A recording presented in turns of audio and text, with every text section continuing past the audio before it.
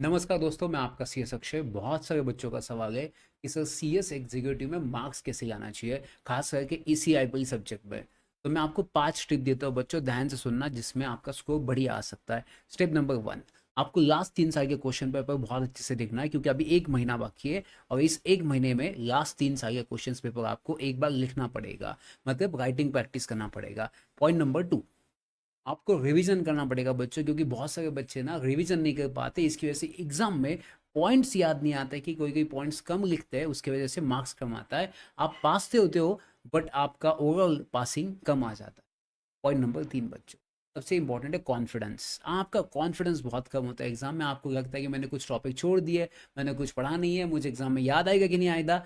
ये सब डिपेंड रहता है आपके आंसर राइटिंग के ऊपर, आपके रिवीजन के ऊपर। तो अगर ये 2 पॉइंट्स आपके अच्छे बन गए तो कॉन्फिडेंस आपका हमेशा अच्छा रहेगा। पॉइंट नंबर 4, याद रखना एग्जाम में आपको सब क्वेश्चन सॉल्व करने हैं बच्चों। ऐसा नहीं कि आपने कुछ क्वेश्चन छोड़ दिया, कुछ ना कुछ आपको आता ही होगा, तो वो लिखना चाहिए, क्योंकि एक मार्क्स भी आपको मिल रहा है। तो आप सोचिए, जिसका 49 आया वो 50 होके पास भी हो सकता है, क्योंकि 50 पासिंग होता है। तो हर क्वेश्चन अटेम्प्ट करना चाहिए, याद रखना बच्चों, ताकि हर क्वेश्चन पे आप कम से कम टाइम देना, ताकि सब क्वेश्चन आपके अटेम्प्ट हो सकते हैं। क्योंकि एक क्वेश्चन में मैक्सिमम मार्क्स आपको 5 में से 5 ही मिलेंगे, भले आप कितना टाइम स्पेंड कीजिए। बट अगर आप 20 क्वेश्चन सॉल्व करते हो, उसमें आपको आप 3 भी पकड़िए पर क्वेश्चन का, तो टोटल 60 मार्क हो जाएगा। तो आप देखिए एग्जामेशन आ जाएगा। वही बच्चे क्या करते हैं, 10-15 क्वेश्चन ही सॉल्व करते हैं, जिसका एवरेज 45-50 तक आता है, बच्चे फेल हो जाते हैं। Point number 5, time manage.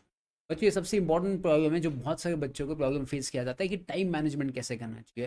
क्योंकि देखिए लास्ट 3 घंटे में आपके इस पूरे क्वेश्चन सॉल्व नहीं हो पाते। इसके पीछे रीज़न है कि आपको याद करने के लिए बहुत टाइम चला जाता है।